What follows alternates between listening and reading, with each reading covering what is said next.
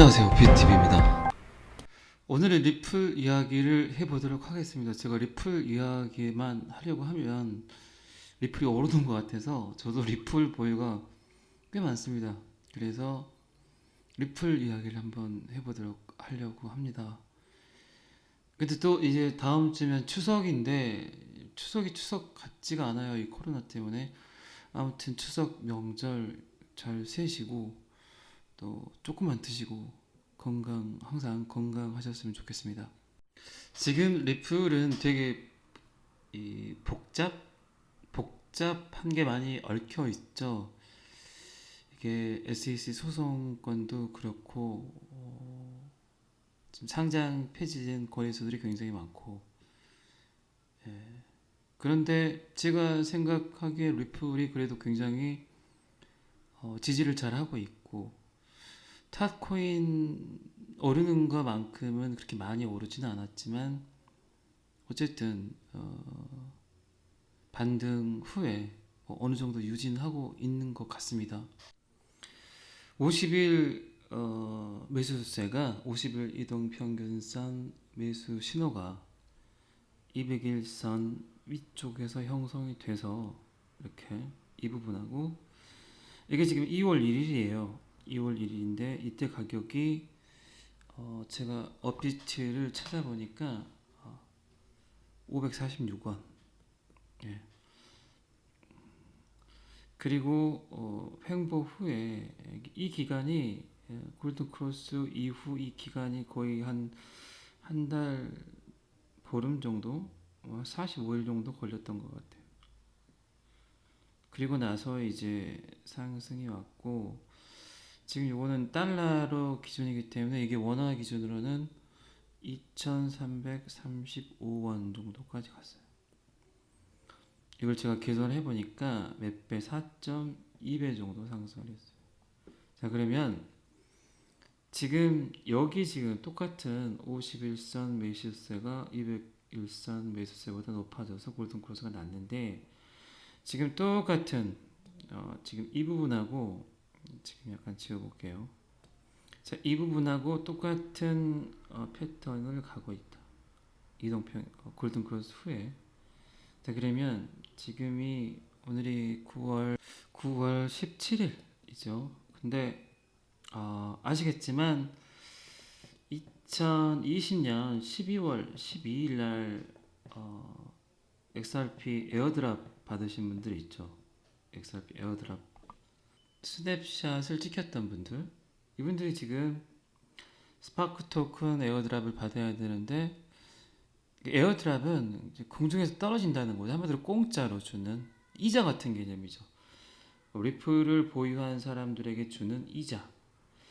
이게 스파크 토큰이 계속 미뤄지다가 지금 9월 말 정도 아니면 10월 초 정도에 줄 것 같아요. 근데 이 스파크 토큰 외에도 송보드까지, 요거는 제가 추석 때 다시 영상을 좀 자세하게 찍어서 영상을 업로드 해드릴 텐데, 일단 여기까지만. 이게 맞닥뜨리는 어떤 시기 자체가 리플이 지금 차트를 보고 있는 것 같아요. 리플 본사에서 플레이어 네트워크를 이제 오픈을 하고 XRP 스냅샷 보유자들에게 이 스파크 토큰하고 송보드를 주겠다고 하는 지금 그 시기가 너무나 이게 잘 맞는 것 같아요. 뭐 여러분들 아시겠지만 리플은 말들이 많죠. 근데 제가 예전 영상에서도 그런 얘기를 한 적 있죠. 리플은 알트코인, 비트코인, 이더리움을 제외한 모든 알트코인을 대신해서 지금 SEC와 싸우고 있다. 그러니까 리플을 욕할 필요는 없다. 리플이 만약에 패소를 하게 되면 수많은 알트코인 대표들이 고소를 당할 겁니다. 그러니까 어떻게 보면 비굴하게 져서는 안 돼요. 제 생각에는 합의도 안 돼. 지금 SEC가 굉장히 곤욕을 치르고 있죠. 지금 리플이 요구하는 자료를 그대로 보여주지 못하고, 그럼 왜 이더리움은 암호화폐고 리플은 주식이냐 증권이냐, 거기에 대한 어떤 해명을 제대로 못하고 뭔가 공작이 있는 것 같습니다. 그래서 제가 지금 골든 크로스 난 부분과 리플이 곧 떡상할 수밖에 없는 이유에 대해서 설명을 하는 거고, 자 그러면 리플이 지금 아까 제가 4.2배 상승을 했는데 지금 현재 금액에서 지금 올 초 2월 달부터 상승을 했던 그 추세대로 10월 첫 정도, 10월 중순 정도 보고 있거든요. 그쯤 되면 리플 가격이 어느 정도 될 것인가. 지금 오늘이 제 생각에는 오늘이 보니까 1,300원 정도 했어요. 1,300원. 어쨌든 리플은 이렇게 행복을 하다가 이제 쏘겠죠. 저 차트대로 한다면. 그러면 일단은 6,000원 6,000원 정도까지는 가지 않나. 지금의 정확히 4.2배 계산을 한 거예요. 근데 저는 8,000원까지도 갈 것 같아요. 8,000원. 근데 이 리플은 8,000원이 스타트예요. 이게 지금 그냥 스타트, 시작하는 금액. 저는 충분히 그럴 가능성이 있다고 봅니다. 그러면 왜 리플이 8,000원이 스타트인지 제가 지금부터 설명을 한번 해보도록 하겠습니다. 이제 뭐 굉장히 많이들 아시죠? 리플이란 코인은 국제 송금을 용이하게 하기 위해서 나온 코인이죠. 이게 국제 송금이라고 생각들을 하시면 이게 많은 분들이 뭐 이거 뭐 별거 아닌가? 나는 국제 송금 할 일이 별로 없는데 이게 뭐지? 뭐 나야 뭐 그냥 뭐 내가 소비하는 많은 것들이 국내에서 소비를 하기 때문에 국제 송금하고는 별 상관없어. 근데 이게 저는 인터넷이 나와서 인터넷 때문에 나온 산물이라고 생각을 해요. 제가 브래드 갈링하우스 리플 그 CEO에 대해서 생각을 할 때 굉장히 많은 생각을 하고 이 코인을 만들었구나 라고 생각을 하는 것 중에 하나가, 지금은 여러분들 굉장히 잘 아시겠지만 전 세계가 거의 하나예요. 뭐 넷플릭스라든가 유튜브, 틱톡, 인스타, 뭐 페이스북, 트위터 할 거 없이 전 세계의 모든 정보가 전 세계의 하나의 채널, 여러 가지 채널이 있지만 동시에 볼 수 있고 또 동시에 느낄 수 있고, 어떤 글이든 어떤 사진이든 어떤 영상이든 너무나 빨리 접할 수 있다는 겁니다. 리플이 그냥 국제 송금에서 그쳤다면 이렇게 확장성을 갖진 않을 거예요. 근데 ODL이라는 플랫폼을 열어서, 제가 전 영상에서도 이런 이야기를 한 적이 있지만 이 On Demand Liquidity라는 이 결제 통로는 어마어마한 일을 하게 됩니다. 여러분들 지금 SNS 채널을 통해서 뭐 방금 제가 설명드린 뭐 넷플릭스, 유튜브, 틱톡, 인스타, 페이스북, 그 외에도 뭐 아마존이라든가 해외 결제를 굉장히 많이 하죠.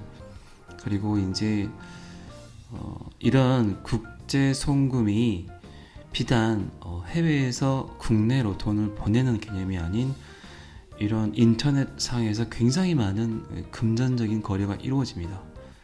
이 ODL이라는 의미는 가치로 인정되는 모든 것들, 그러니까 NFT도 포함이 되겠죠.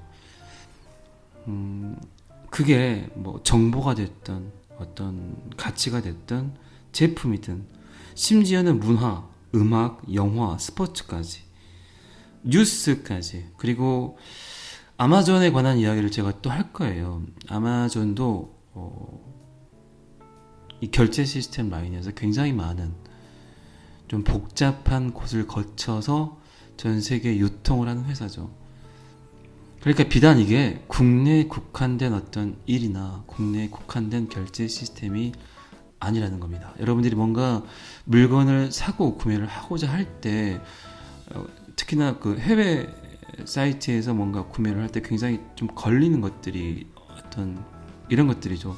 뭐 수수료 문제도 있고, 그리고 결제 시스템 원화로 얼마지, 이런 부분에 관한 문제들이 굉장히 많이 좀 걸린 부분들이 있어요. 근데 이게 우리나라에서는 크게 문제가 되질 않아요. 예.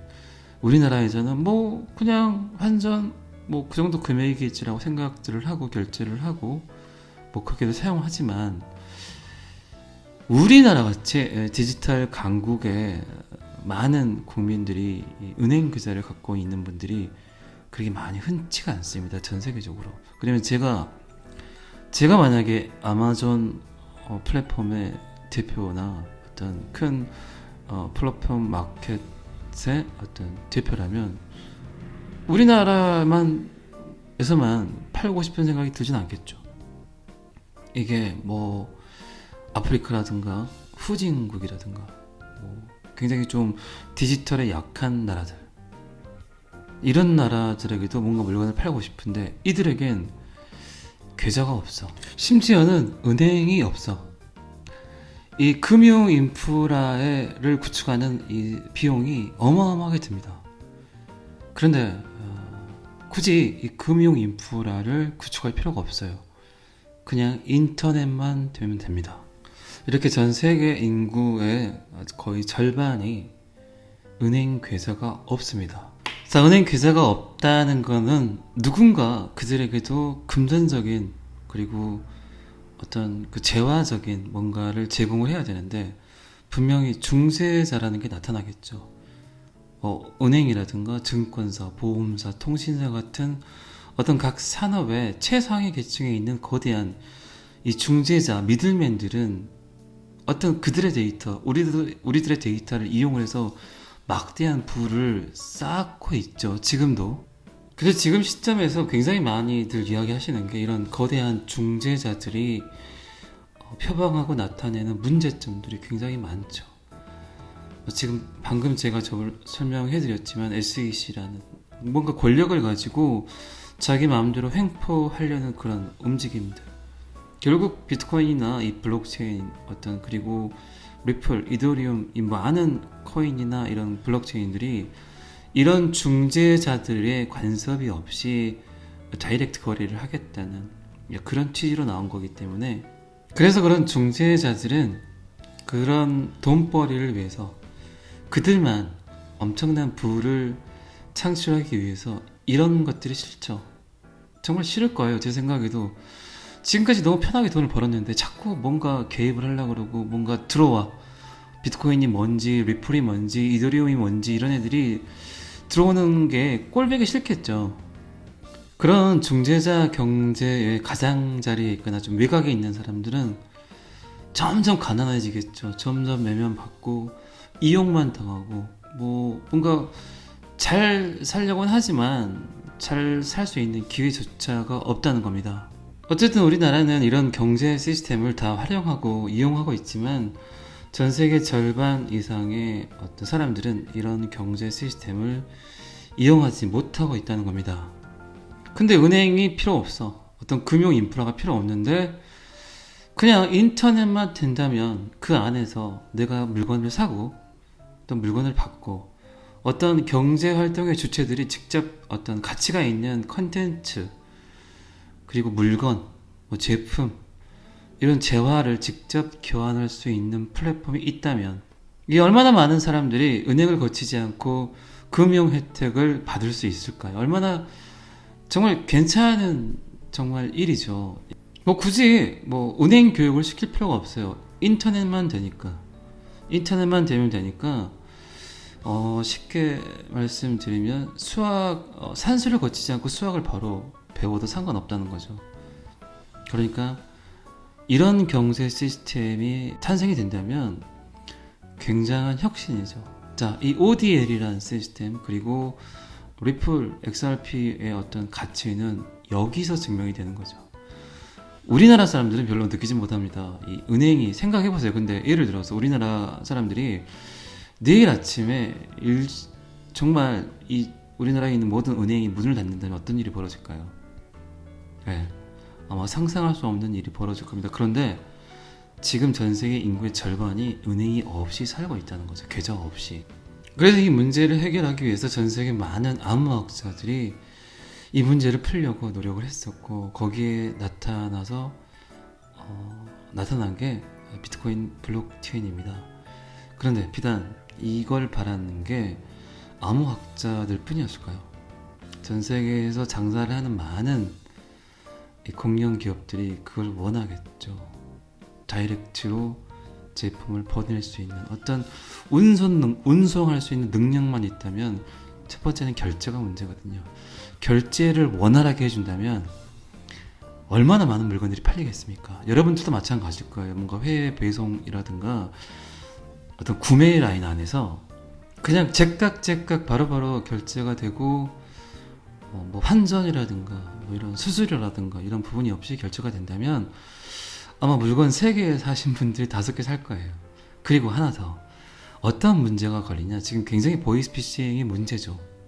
이게 비트코인 백서에도 분명히 나와 있지만 판매자나 구매자들이 너무나 불필요하게 많은 정보를 요구합니다. 뭐 인증번호, 주민번호, 카드번호. 솔직히 이것 때문에 내가 카드 번호라든가 내 개인 어떤 정보가 유용되지 않을까라는 고민 때문에 많이 구매를 걱정들을 하시죠. 근데 이런 문제까지 만약에 해결을 해준다면 얼마나 많은 유통이 이루어지겠냐는 겁니다. 지금 그 나스닥 상장을 준비하는 그 디지털 결제를 하는 온라인 상에서 결제를 하는 회사가 하나 있어요. 이게 디로컬이란 회사인데 이 회사가 최근에 골드만삭스와 JP모건 최고 경영자를 영입을 해서 미국 상장 준비를 하고 있는 걸로 나타났습니다. 근데 이 회사가 2017년도에 이미 리플렛의 로그인이 되어 있어요. 한마디로 협력사로 들어와 있다는 거죠. 근데 이 디로컬이라는 회사가 장난이 아닙니다. 아마존, 넷플릭스, 마이크로소프트, 이 디로컬이라는 회사가 굉장히 많은 다리를 걸치고 있어요. 이게 글로벌 가맹점과 신흥시장을 연결하는 올인원 결제 플랫폼. 글로벌 가맹점 이해되시죠? 아마존이라든가 이렇게 거대한 플랫폼 마켓, 그리고 신흥시장, 금융결제가 어려운 곳, 이렇게 개발도상국이라든가 은행 계좌가 없는 많은 어떤 사람들, 이런 것들을 연결하는 올인원 결제 플랫폼입니다. 근데 디로컬에서 그 스테이블 코인으로 리플렛을 선택을 했다. 굉장히 원활하고 처리 속도가 빠르고 투명하기 때문에 당사의 고유한 솔루션은 글로벌 기업이 온라인 거래를 쉽게 만들고, 그냥 제가 아마존 사장이에요. 그럼 제가 은행 계좌가 없는 사람들에게 물건 팔고 싶겠잖아요. 그러면 지금 매출의 몇 배가 오르겠습니까? 그리고 현지 통화로 자금을 현지 계정에 직접 입금하여 자국의 그 나라에 뭔가 화폐가 있다면 바로 스테이블 코인 리플로 전환시켜서 입금하여 현지 판매자 및 파트너에게 지불할 수 있는 간단한 솔루션을 고객에게 제공할 수 있도록 지원을 한다고 이렇게 나와 있는데, 리플이 상승을 할 수 없는 밖에 없는 이유가 너무나 많죠. 이쯤 되면 나이키, 마이크로소프트, 아마존, 자라, 여러분들 많이 아시는 이런 기업들이 계속 참여를 하고 있고, 또 리플렛을 이용하려고 어쩔 수 없이 디로컬을 이용하다 보면 리플렛을 이용할 수밖에 없죠. 디로컬은 신흥시장에 대한 국가 간 지불을 전문으로 수상 경력이 있는 회사고, 이게 어쨌든 여기 써져 있는 거 보시면 아시겠지만 인구의 63%가 은행 계좌가 없고 90% 이상이 신용카드가 없는 라틴 아메리카 시장에서 접근성을 높일 것입니다 라고 이렇게 나와 있습니다. 제가 방금 설명드린 내용들이 그대로 나와 있죠. 그리고 여러분들 아시는 우버도 디로컬에 참여하고 있고, 디로컬은 전자상거래 소매업체, 사스 회사, 온라인 여행 제공업체 및 시장을 포함하여 325개 이상의 글로벌 판매자를 지원하여 디로컬을 사용하고 600여 개 이상의 현지 지불 방법을 수락하고 계약자 대리인 판매자에게 수백만 건의 지불을 지급합니다. 그 고객 중에 일부는 아마존, 뱅굿, 북컴, 여러 가지 있죠. 제가 방금 설명드린 마이크로소프트도 있고 우버, 자라, 어마어마한 회사들이 디로커를 사용하고 있습니다.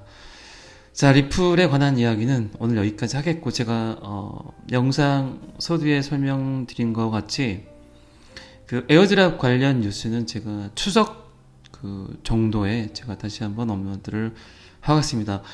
그 리플 홀더 분들은 어쨌든 저는 그렇게 생각을 합니다. 2020년 12월 12일 날 에어드랍 할 수 있는 스냅샷을 찍으신 분들은 정말 신의 축복이지 않을까 그런 생각을 하고, 그 외 리플 홀더분 같은 경우도 너무 걱정하지 마시고, 제가 골든 크로스 이야기도 드렸지만 이제 곧 얼마 남지 않은 것 같습니다.